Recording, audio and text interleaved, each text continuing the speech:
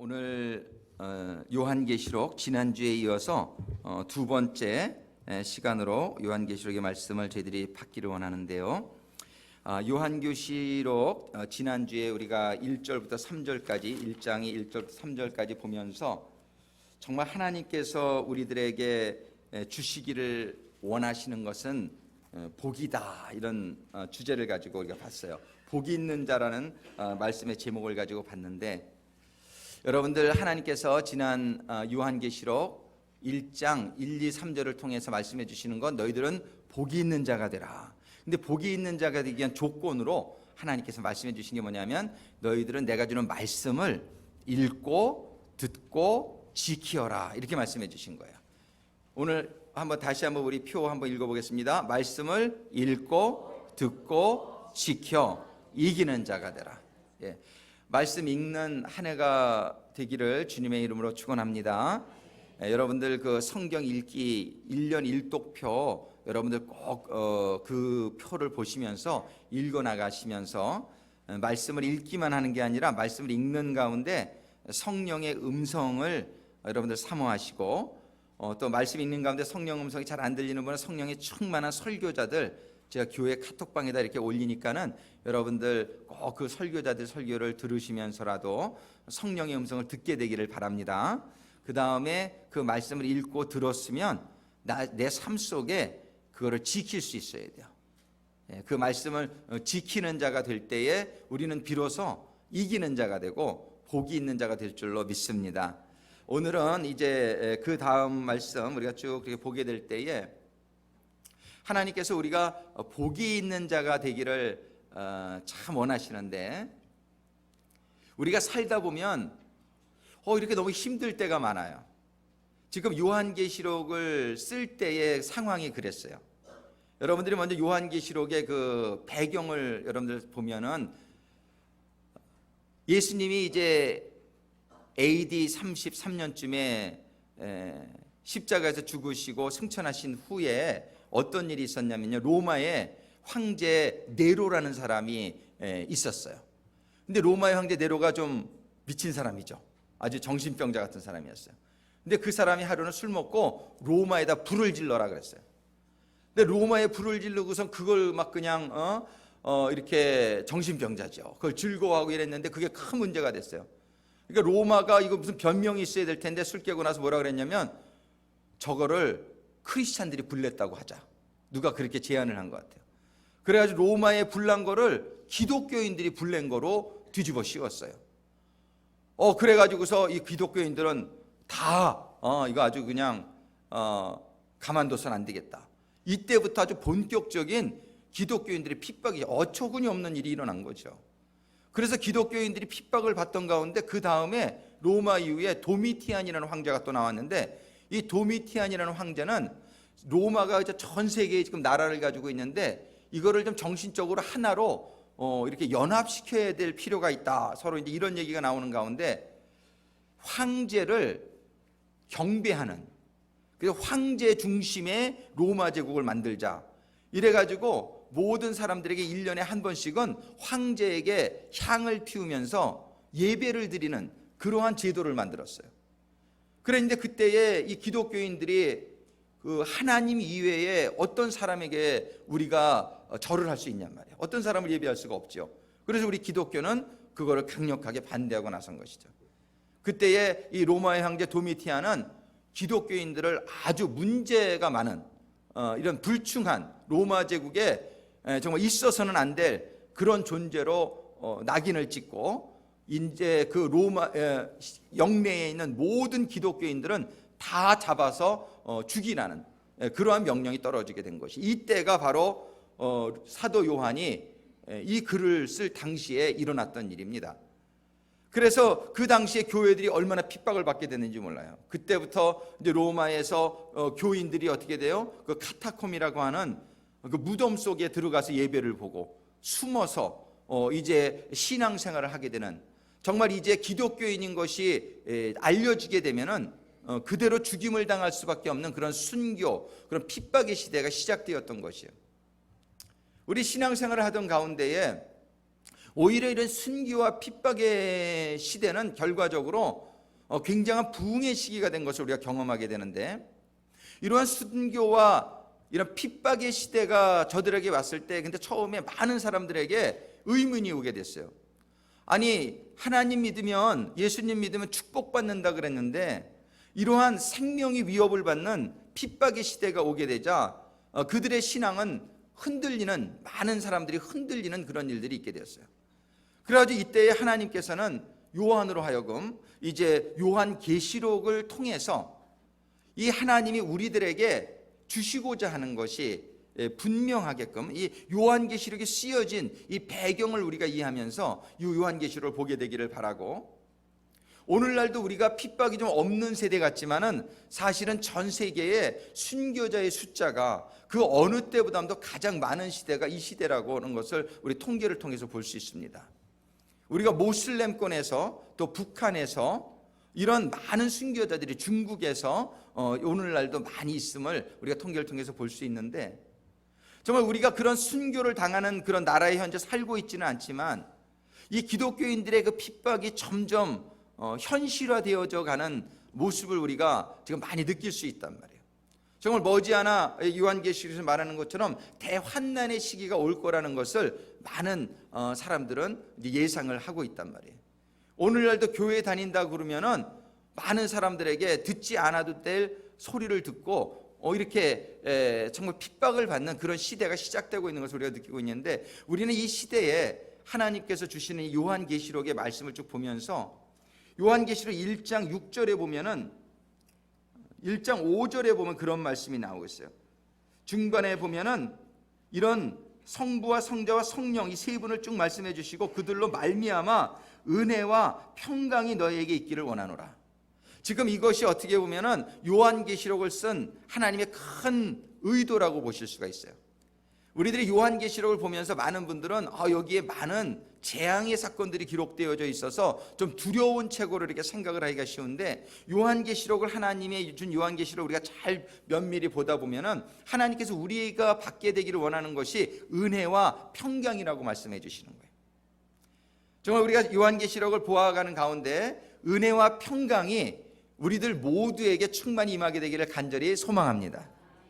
하나님은 이 은혜와 평강을 주시기를 원하시는데, 여러분들이 1장 4절, 5절, 6절의 말씀을 잘 읽어보면은 삼위 하나님이, 성부 하나님이, 성령 하나님이, 성자 하나님이 다 합력해서 우리에게 grace and peace, 우리에게 이 은혜와 평강이 우리에게 임하게 되기를 원한다는 것이에요. 이것이 하나님이 지금 요한계시록 전체의 서문과 같은 1장에서 만들어 이렇게 알려주시고 있는 거예요. 그 은혜와 평강을 받은 자로서 그 다음에 하나님께 영광과 능력을 올려드리는 그런 삶을 살아라가 이제 4절부터 8절까지 기록된 말씀이고요. 이제 그 다음에 오늘 본문의 9절부터 보면 실제로 이제 요한계시록이 어떻게 시작되었는지를 기록하고 있어요. 근데 여기에서 보니까 9절에 이런 말씀이 있습니다. 오늘 본문의 말씀 이제 보겠습니다. 9절부터 9절에 보면은 요한은 환난 가운데 나 요한은 너희의 형제여 예수의 환난과 나라와 참음에 동참하는 자라, 하나님의 말씀과 예수의 증거를 위하여 반모라는 섬에 있었더니 주의 날에 내가 성령에 감동하여 내 뒤에서 나는 나팔소리 같은 큰 음성을 들었다, 이렇게 기록하고 있어요. 지금 요한이 반모섬에 유배되어져 있었어요. 왜 거기가 있었죠? 분명히 성경 뭐라고 기록하냐면 하나님의 말씀과 예수를 증거하다가 반모섬에 유배되었다고 말씀하세요. 그런데 거기에서 주의 날은 바로 오늘과 같이 주의 날이에요. 주일이 바로 주의 날이라는, 이 주일날 성령에 감동했는데 내 뒤에 나는 나팔소리 같은 큰 음성을 듣게 됐다 그래요. 우리가 신앙생활하는 가운데 이때 아마 요한은 굉장히 어려웠을지 몰라요. 이런 핍박 때문에 하나님 말씀 증거하다가 이제 이 섬에 귀양 와서 있는 거예요. 유배되어서 있는 상태예요. 어떻겠어요? 마음이 굉장히 힘들었겠죠, 그죠? 하나님의 말씀을 늘 담대하게 선포했는데 하나님의 축복과 무슨 번영이 있는 게 아니라 이렇게 유배되어져 가지고서 환난과 고난 중에 처해져 있을 때 요한의 마음이 좀 얼마나 좀 힘들었겠어요. 그러나 그 요한은 낭망하지 않고 그가 기도하고 있었던 걸 볼 수 있어요. 어떻게 할 수 있어요? 그가 성령에 감동하여, 이런 말씀이 있어요. 그는 성령에 충만하였을 때에 하나님의 음성을, 공중에서 나는 이 나팔 소리 같은 큰 음성을 듣게 됩니다. 여러분들 어렵고 힘들 때에 여러분들이 낭망하지 않으시게 되기를 바랍니다. 여러 가지 고난이 올 때에 그때가 여러분들이 더 간절하게 기도할 수 있는 때예요. 고난이 없으면 우리가 그렇게 간절하게 기도하기가 힘들잖아요. 근데 여러분들이 지금 어떠한 어려움이든지 그 어려움이 있을 때에 여러분들이 간절하게 기도하시길 바래요. 제가 이 병이 아프신 분을 위해서 기도할 때도 어떨 때는 날 때가 있고 어떨 때는 안 날 때가 있더라고요. 근데 제가 가만히 보니까 제가 정말 너무 이 사람 사랑해가지고서 너무 간절할 때가 있어요. 특별히 이렇게 사랑하는 아내나 딸이나 이렇게 기도하면 기도가 좀 더 아무래도 간절해지더라고요. 그러면 좀 효과가 빨리 와요. 근데 어떨 때는 이렇게 별로 이렇게 죄송한데 좀 덜 살아갈 때 기도하면은 쟤도 이렇게 좀 간절하지가 않은 것 같아. 덜 간절하면은 좀 역사도 좀 덜 일어나는 걸 볼 수 있어요. 우리가 기도를 할 때 하나님이 보면은 간절히 기도를 하다. 그렇게 간절히 기도하게 되기를 바랍니다. 이 담임사관은 여러분들을 위해서는 좀 간절히 기도 못해도 여러분들 스스로가 간절히 하시면 돼요. 자기 자신을 사랑하잖아요, 그죠?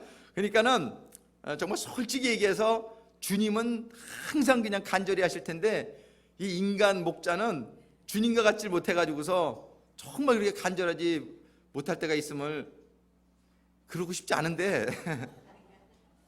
근데 하여튼 간절하면 응답을 받아요. 간절하면 응답을 받아요. 그래서 우리가 이렇게 간절하는 게 어려울 때 간절해요. 내가 너무 힘들면 간절하지 말라 그래도 간절해져요. 그래가지고 이 고난 중에 요한은 굉장히 간절했을 거예요. 이렇게 간절하게 기도할 때에 그가 성령의 충만함을 받게 되고 하나님의 음성을 듣게 됩니다. 여러분들 어렵고 힘들 때가 축복의 아주 축복의 통로가 됨을 여러분들 잊지 마시기를 바랍니다. 하나님은 그래서 우리에게 어렵고 힘듦을 주셔요. 하나님은 얼마나 마음이 아프시겠어요. 그러나 그 어렵고 힘든 시간에 우리가 간절해지고 그 간절해질 때에 하나님을 체험할 수 있게 되고 하나님을 체험하게 될 때의 신앙이 아주 굳건하게 세워지기 때문에 하나님께서는 참 마음이 아프시지만 우리에게 환난을 허락하신다는 사실을 잊지 않게 되기를 바랍니다. 정말 요한은 이 환난의 시기에 정말 목숨이 위태위태하고 교회의 그 존재가 너무나 어렵게 진 이 시대에 그는 간절해질 수 있었어요. 그는 정말 낭망하지 않고 그가 기도할 때에 성령의 충만함을 받고 하나님의 음성이 그에게 임하게 됐다. 우리는 요한의 이 모습을 보면서 우리 삶 속에 적용할 수 있게 되기를 주님의 이름으로 축원합니다. 그 다음에 두 번째로 이제 하나님의 음성을 듣는데 무슨 음성을 말씀해 주시냐면 1장 11절에 보면 한번 우리 같이 읽어볼까요? 가로되 너 보는 것을 책에 써서 에베소, 서모나, 버가모, 두아디라, 사데, 빌라델비아, 라오디게아 7 교회에 보내라 하시기로. 이제 주님이 말씀하시는데 뭐라고 말씀하시냐면은 7 교회의 이름을 다 주시면서 내가 지금 보는 것을 여기에 써서 저 7 교회에 보내라는 거예요. 7 교회라는 말이 굉장히 중요해요. 7 숫자는 완전 숫자죠. 즉 7 교회에 보내라 이 얘기는 뭐냐면 모든 교회에 보내라 이런 뜻이에요. 또 교회는요 원어로 그리고로 에클레시아래요. 에클레시아는 원래 뜻이 뭐냐면 부르심을 받은 자들이라 이런 뜻이에요. 그럼 이 에클레시아는 교회라기보다는 먼저 성도들을 의미해요. 하나님이 부르심을 받고 이제 구원받은 자 성도들을 에클레시아라 그러는 거예요. 그러면 모든 7 교회라고 하는 말은 모든 교회를 의미하고 또 동시에 모든 성도들을 의미하는 거예요. 하나님은요 지금 이 요한계시록을 요한으로 쓰게 해서 모든 성도들에게 읽게 하라고 하신 말씀인 줄로 믿으시기 바랍니다. 우리는요 우리 하나님은 7 교회에게 보내라는 거예요. 7 모든 성도들에게 보내라는 거예요. 우리 주님의 사랑은요 어떤 사람도 예외가 없음을 믿으시기 바랍니다. 디모데전서 2장 4절에 보면 이런 말씀이 있어요. 하나님은 모든 사람이 구원을 받으며 진리를 아는 데 이르기를 원하시느니라 이런 말씀이 있어요. 하나님은요 모든 사람이 구원을 받기를 원하시는 줄로 믿습니다. 하나님은요 이렇게 누구도 배제하는 사람이 없어요. 누구도 예외가 없습니다. 하나님은 모든 사람이 구원을 받기를 원하십니다. 그래서 이 편지도 뭐라고 말씀하시냐면 6교회도 아니고 5교회도 아니고 7교회에게 7이라는 완전수를 써가지고서 내가 너가 본 것을 이 요한계시록을 모든 성도들이 읽게끔 책으로 써서 보내라는 것이에요.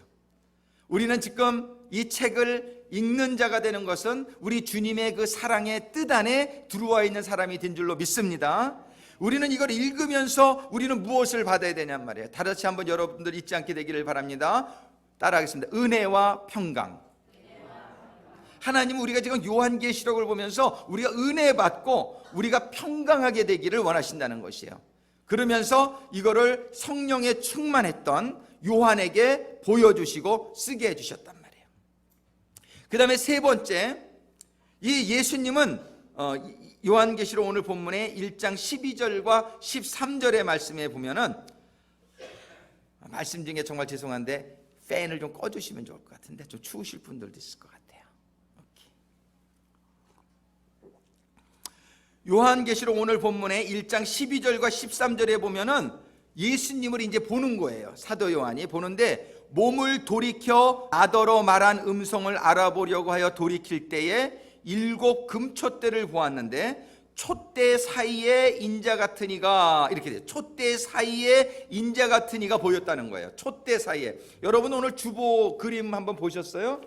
거기 보면 촛대 사이에 서 계신 우리 주님의 모습을 놓는데 조금 프린트가 선명치가 않긴 하지만은 이렇게 촛대 사이에 서 계신 주님을 보셨다는 거예요. 촛대 사이에 서 계시다는 게 참 중요한 거예요. 이 촛대는 무엇이냐면, 여러분들 요한계시록 1장 20절에 보면은 7 촛대는 7 교회니라 이렇게 얘기하세요. 즉 이 촛대는 교회고, 교회는 즉 뭐라 그랬어요? 성도들이란 말이에요. 우리 예수님은 어디에 계십니까? 성도들 사이에 있다는 거예요. 영어 성경에 보면 in the midst of 이렇게 나와 있어요. In the midst of 7 candlesticks. 하나님은 이 7개의 그 캔들스틱, 촛대들 사이에 주님이 서 있는 모습을 요한은 보게 되는 것이에요. 여러분들 지금 바로 옆에 주님이 있는 줄로 믿으시기 바랍니다. 우리 주님은 딴 데가 있지 않으세요. 주님이 승천하실 때 뭐라고 약속하셨어요? 볼지어다 세상 끝날까지 내가 너희와 항상 함께 있을지라. I am with you always. I am with you always. 하나님께서는 우리와 항상 함께 하시겠다라는 약속의 말씀대로 우리들 사이에 지금 계신 줄로 믿습니다. 그런데 더 좋은 건 뭐냐면요, 주님이 내 옆에 사이에만 있는 게 아니라 내 안으로 들어오셔야 돼요. 아멘. 우리는 예수님을 믿거나 안 믿거나 모든 사람들 사이에 예수님은 계세요. 그런데 어떤 사람들에게는요, 예수님이 옆에 계신 게 아니라 in us, with us는 항상 누구에게나 주님은 with everybody.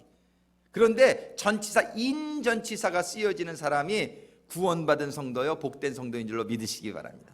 예수님은 지금 캔들스틱 사이에 있는데 실제로 예수님은 그 캔들스틱 안으로 들어오기를 원하시는 거예요. 우리 성도인 우리 안으로 들어오기를 원하시는 거예요.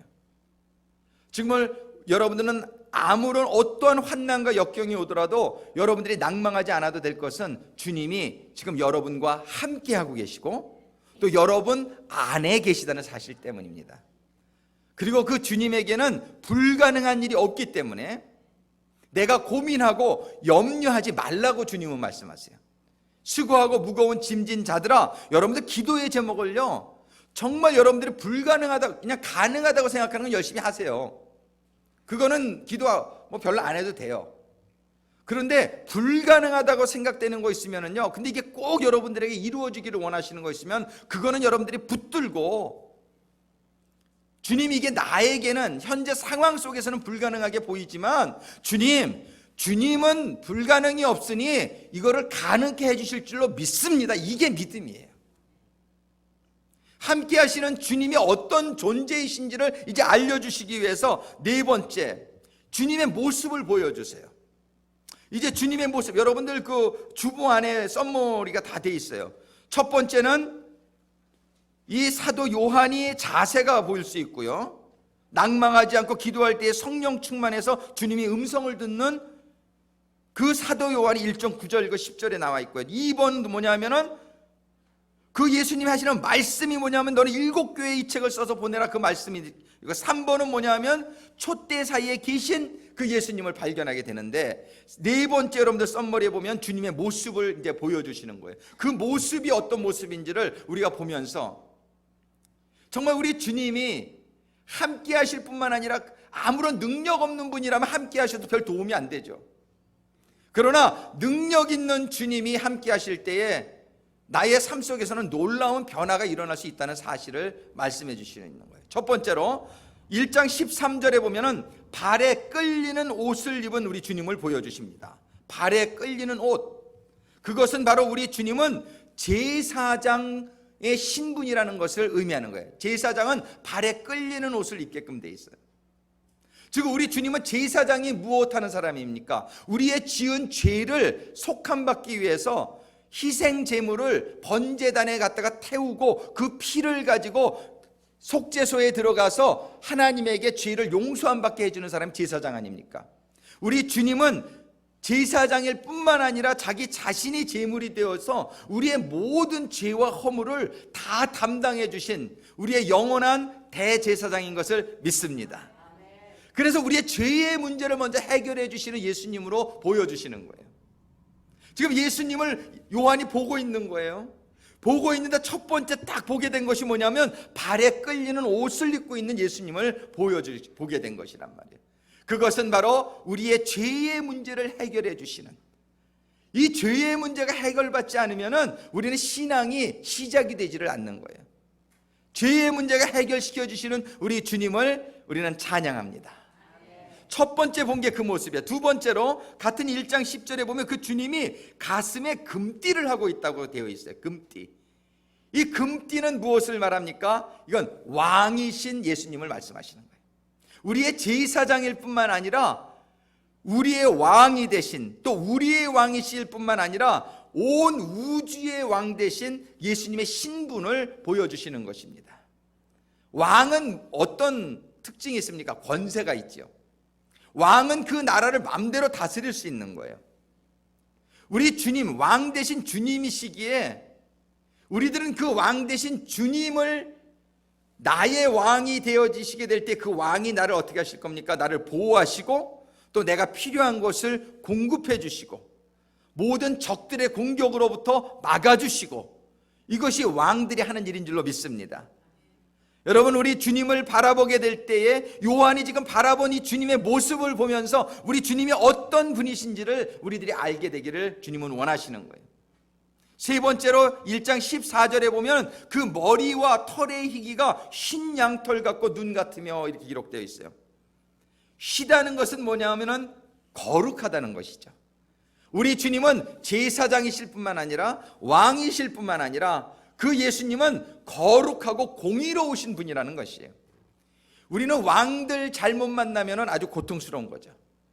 이 포악스러운 왕, 이기적인 왕, 자기의 사욕만 차리는 왕, 이런 왕들을 만나면 백성들은 고생하게 되는 것이죠. 그러나 우리의 왕이신 주님은 거룩하신 왕이요 공의로우신 왕인 줄로 믿습니다. 그 왕은 자기의 목숨까지도 생명까지도 우리의 구원을 위해서 내어주시는 왕이라는 사실이에요. 할렐루야. 이런 왕이 우리의 왕 되신 백성들은 최고의 축복인 줄로 믿으시기 바랍니다. 사단 마귀는 죄의 왕이에요. 사단 마귀가 많이 꼬시지만 사단 마귀의 종이 되어지게 되면 멸망이요 죽음이라고 성경은 얘기하고 있는 거예요. 그러나 선하신 왕, 의로우신 왕, 자기 자신을 희생하시는 우리 주 예수 그리스도와 같은 왕을 섬기는 종이 되게 될 때 성경은 생명과 축복이 우리들에게 오게 된다고 말씀하시는 거예요. 네 번째, 그 다음에 1장 14절에 보면 그의 눈은 불꽃 같고, 불꽃 같은 눈동자는 어떤 눈동자를 말합니까? 바로 제가 오미의 사관을 쳐다보는 눈동자를 말하는 거란 말이에요. 이 불꽃 같은 눈동자라고 하는 것은 사랑으로 이글거리는 눈동자를 말하는 거예요. 우리 이명민 성도가 김우정 부교를 바라보는 눈동자란 말이에요. 우리는 정말 이 이글거리는, 그죠? 정열적인, 우리 주님은요, 우리를 뭘로 바라보냔 말이에요. 신부로 바라본단 말이에요. 신부로. 우리 인간의 신랑들도 신부를 바라보게 될 때에 정말 사랑하는 내 아내요, 이렇게 바라보는데, 우리 주님은 우리들을 바라보게 될 때에 정말 인간의 사랑과는 또 한층 높은, 정말 완벽한 사랑으로 우리를 바라보고 계시다는 그 뜻입니다. 자, 지금 이글거리는 눈동자를 가지고 여러분들을 바라보고 계신 주님을 여러분들이 한번 느껴보시게 되기를 바랍니다. 정말 우리 주님이 이글거리는 눈동자를 가지고 우리 남영자 성도님을 바라보고 계시단 말이에요. 남영자 성도님을 치유해 주시기를 원하신다. 근데 문제는 우리가 그 사랑을 받는 자가 돼야 돼요. 우리가 그 사랑을 마음을 열고 받아들이면서 그 주님을 믿을 때에 믿는 대로 될지어다. 믿는 대로 된다라고 성경이 얘기합니다. 이 믿지 못하면 역사가 안 일어나는 거예요. 정말 이글거리는 눈동자, flame of fire라고 영어로 되어 있어요. 불꽃 같은 눈동자로 우리를 바라보고 계시는 주님, 할렐루야. 우리의 주님은 제사장이실 뿐만 아니라, 왕이실 뿐만 아니라, 거룩하시고 공의로우신 뿐만이 아니라 바로 나를 그렇게 사랑하는, 이글거리는 눈동자로 바라보며 사랑하는 그런 신랑 되신 주님이라는 사실을 기억하시게 되기를 축원합니다. 그 다음에 1장 15절에 보면은 그의 발은 풀무에 단련한 빛난 주석 같다. 그의 발은 풀무에 단련한 빛난 주석 같다. 풀무에 단련했다는 건 뭐냐면 아주 견고하다는 거예요. 그죠? 아주 강하다는 거예요. 그 다음에 빛난 주석, 아주 그냥 강하고 멋지고, 아주 주석이라고 하는 것은 또 뭐냐면은 노뱀을 상징해요. 우리의 모든 그런 허물을 담당해 주신, 그래서 이 주석 같고, 이거는 우리를 위해서 희생하신 주님, 또 변함없으신 주님, 견고하신 주님. 좀 사람들이 왔다 갔다 하는 사람들은 좀 그렇죠. 여러분들이 배우자를 구할 때 참 보아야 되는 게 뭐냐면은 저 사람이 참 이렇게 아주 신뢰할 수 있는, 그죠? 그런 사람을 만나야 된단 말이에요. 배우자는 이거 왔다 갔다 하는 사람 만나면은 아주 힘들단 말이에요. 그죠? 우리 주님은 신랑으로서 정말 변하지 않는, 이렇게 풀무에 단련한 아주 견고한 주석 같은, 우리 주님은 우리를 한번 사랑한다고 그러셨으면은 영원토록 변하지 않는 사랑을 가지고 계신 줄로 믿습니다. 근데 사람의 마음은 뭐와 같다고요? 갈대와 같아. 특히 여자의 마음이 좀 그런 것 같아요. 이 갈대와 같은 마음을 가진 우리와는 달라요. 우리 주님은 빛나는 그 바로 풀무에 단련한 주석과 같다. 정말 이러한 주님을 우리가 신랑으로 꼭 붙들게 되시기를 주님의 이름으로 축원합니다. 여자 팔자는 뒤웅박 팔자라 그랬는데, 이 사람들 팔자는 정말 주님을 신랑으로 맞이하느냐, 저 사단을 신랑하며 맞이하느냐에 따라 뒤웅박 팔자가 될 줄로 여러분들 생각하시고, 꼭 예수님만 우리의 신랑으로 맞아들이시는 신부가 되시기를 주님의 이름으로 축원합니다. 그 다음에 1장 15절에 보면은 그의 음성은 많은 물소리와 같다. 이렇게 많은 물소리. 물은 무엇을 상징합니까? 우리가 요즘 저기 많은 별들을 보면서 별 연구하는 사람들이 뭘 봐요? 그 별에 물이 있나 없나. 왜냐하면 물만 있으면 거기는 뭐가 있어요? 생명이 있는 거다. 그래가지고 최근에 어디 무슨 토성인가 뭐해서 얼음이 발견됐다 그러죠. 여기 생명이 있을 가능성을 사람들이 막 보는 거예요. 그런데 물은 생명을 상징하는 거예요. 그런데 많은 물이에요. 그의 음성은 많은 물소리 같은, 이건 무슨 얘기예요? 우리 주님은 생명의 주가 되시며 그 생명도 그냥 조금 생명이 아니고 풍성한 생명. 할렐루야. 우리 주님은 우리에게 이런 풍성한 생명을 주시기에 오셨다라고 성경은 말씀하신단 말이에요. 우리 주님이 나의 신랑이 되어지게 될 때에 나의 삶 속에는 놀랍고 풍성한 생명으로 넘치게 될 줄로 믿으시기 바랍니다. 그 다음에 1장 16절에 보니까 그런데 그 오른손에 7별이 있고 그래요. 7별이 있고. 그런데 그 주님의 오른손에 7별이 있다는 거예요. 근데 20절에 보니까 7별은 7교회의 사자요 이렇게 기록하고 있어요. 일곱 별이 일곱 교회의 사자라는 거예요. 사자라는 것은 그리거로 엥겔로스라는 뜻인데, 엥겔로스는 뭐냐면은 천사라는 뜻도 있고 엔젤, 또 메신저라는 뜻이 있어요. 여기에서는 일곱 교회의 사자라고 하는 것을 그 교회의 주의 종들로 우리가 해석할 수 있단 말이에요. 여러분들, 주의 종들이 정말 저는 가장 축복받는 그 신분이라고 생각을 합니다. 그런데 이렇게 담임사관만 주의 종이냔 말이에요. 우리 주님께서 뭐라고 하냐면 우리가 모두 다 주의 종이다라고 말씀하시고 있어요. 근데 주의 종은 어떤 사람이 주의 종이냐면 말씀을 전하는 사람이 주의 종이란 말이에요. 여러분들이 교회에서 어떤 일을 맡든지, 여러분들이 여선교회장을 맡든지 전도부장을 맡든지 무슨 일을 맡든지 여러분들이 꼭 사모해야 될 일이 있어요. 그거는 뭐냐면은 하우스 처치, 이 스몰 교회에서라도 말씀을 전하는 자, 이 메신저가 되기를 사모하시게 되기를 주님의 이름으로 축원합니다.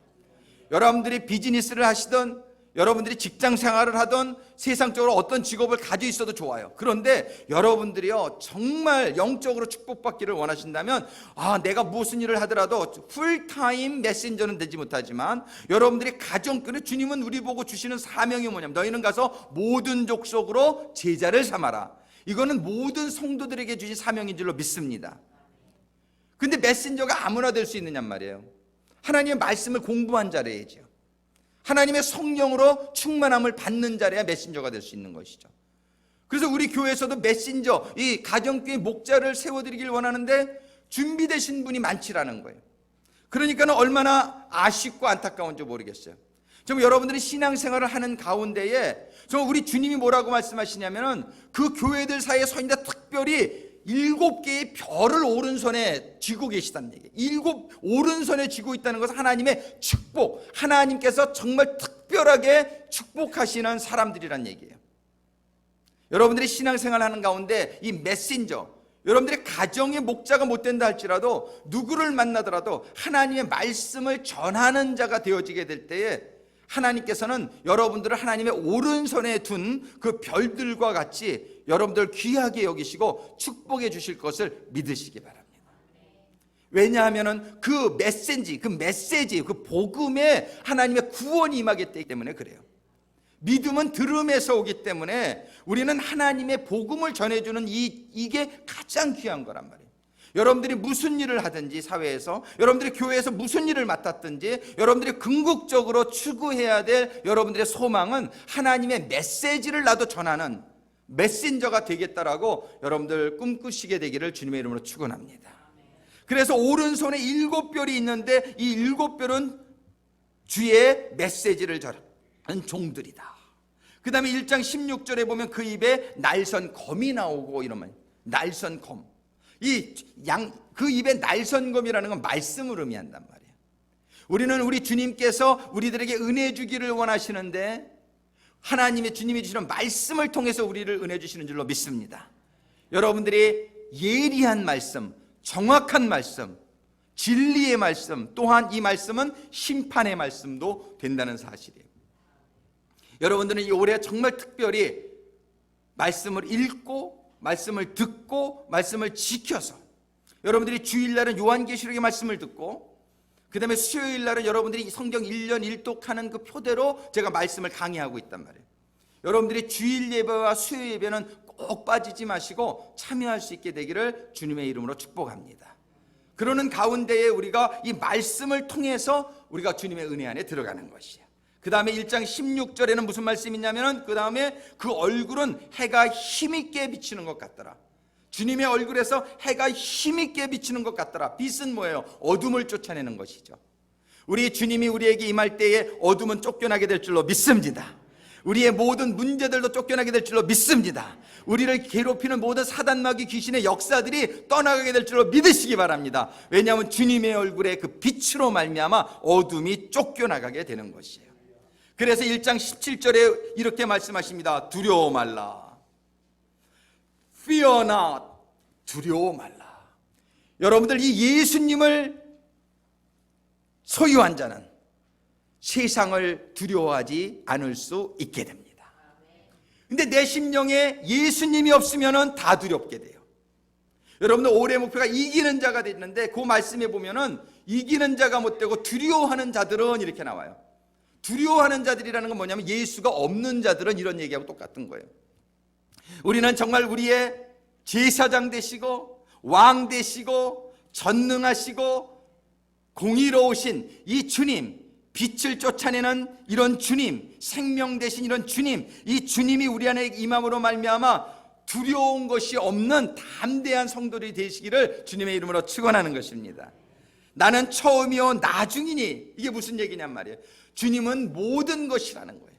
주님은 시작이요 끝이라는 거예요. 여러분들 이 주님을 여러분의 신랑으로 소유한 자가 되게 될 때에 온 세상은 바로 주님의 소유요 그 주님에게 속한 자로 누리며 살 수 있는 정말 주님의 제자요 하나님의 자녀요 왕 같은 제사장이 되게 될 줄로 믿습니다. 여러분들 오늘 본문의 전에 바로 1장 6절에 보면 그런 말씀이 있어요. 그 아버지 하나님을 위하여 하나님께 우리를 나라와 제사장으로 삼으신, 영어 성경에 보면 He has made us kings and priests. 주님께서 우리를 has made us, already, 우리가 벌써 우리 주님께서 우리를 왕 같은, 여기서 나라와 제사장이라고 한국어는 번역됐는데 이 나라라는 원어가 왕이라는 뜻을 가지고 있어요. 왕, 그래서 영어 성경에는 kings and priests예요. 여러분들 우리 주님을 소유하게 될 때에 주님은 왕 중에 왕이고 바로 우리들은 왕 같은 제사장이 될 줄로 믿으시기 바랍니다. 그래서 두려워 말라. 그리고 18절에 뭐라고 말씀하시냐면은 나는 산자라. 우리 주님은 전에 죽었었는지 이제는 산자라. 볼지어다 이제 세세토록 살아있어 사망과 음부의 열쇠를 가졌노니. 정말이지 우리 주님은 살아계신 분이요 사망과 음부의 열쇠를 가지신, 모든 축복과 또 심판의 권세를 가지신 왕 중의 왕이시오 창조주요 시작과 끝이 되신 그 하나님이 지금 우리들 옆에 계시고 우리들 안에 들어오기를 원하신다는 것입니다. 이것이 바로 우리 주님께서 사도 요한을 통하여 보여주신 우리 주님의 모습입니다. 이 주님이 옆에만 계실 뿐이 아니라 우리의 심령을 열고, 우리 요한계시록 3장 20절에 보면 주님께서 뭐라고 말씀하고 계시냐면은 내가 문 앞에 서서 두드리노니 누구든지 내 음성을 듣고 문을 열면 내가 그에게로 들어가, 이렇게 말씀하시고 있어요. 오늘 우리 주님의 모습을 봤습니다. 간접적으로 보았지만, 사도 요한의 계시록을 통해서 우리 주님을 보았지만, 그 보고 있는 주님이 내 옆에만 계신 주님이 아니라 지금 문을, 여러분의 심령의 문을 주님이 두드리고 계신데, 이 시간에 여러분의 심령의 문을 열기만 하면 그 주님이 우리의 심령 안으로 들어오셔서 우리의 신랑이 되어주시고 우리의 왕이 되어주시고 우리의 하나님이 되어주셔서 아무것도 두려울 것이 없는 하나님의 백성 삼아주실 줄로 믿습니다. 기도하시겠습니다. 사랑의 주님, 요한에게 주님의 모습을 보여주신 말씀 오늘 저희들이 받으면서 우리 주님이 모든 사람의 옆에 계신 것을 저희들이 다시 한번 깨닫는 가운데, 우리 주님이 옆에 계신 주님뿐만이 아니요 이제 계시록 3장 20절에서 말씀하신 것처럼 주님은 우리의 심령을 문을 두드리고 계신데, 누구든지 문을 여는 자에게는 주님이 들어오시겠다라고 약속하신 말씀대로 이 시간 심령의 문을 여는 성도들에게 들어오실 줄로 믿습니다. 이제 성도들의 심령에 들어오시게 될 때에 우리의 몸속에 남아있는 아직도 있는 죽음의 기운들은 모두 떠나가게 될 줄로 믿습니다. 모든 어둠들은 떠나가게 될 줄로 믿습니다. 모든 세상의 영향들은 떠나가게 될 줄로 믿습니다. 주님, 저희들의 심령 안으로 들어와 주시옵소서. 이 시간 한번 주의 종을 따라서, 여러분들이 음성을 내도 좋고 속으로 따라해도 좋습니다. 한번 따라하겠습니다. 사랑의 주님, 제 심령의 문을 엽니다. 제 안에 들어오셔서 저의 생명이 되어주시고 저의 능력이 되어주시고 저의 왕이 되어주시옵소서. 주님의 은혜와 평강으로 충만히 채워 주시옵소서. 예수님의 이름으로 기도드립니다. 아멘.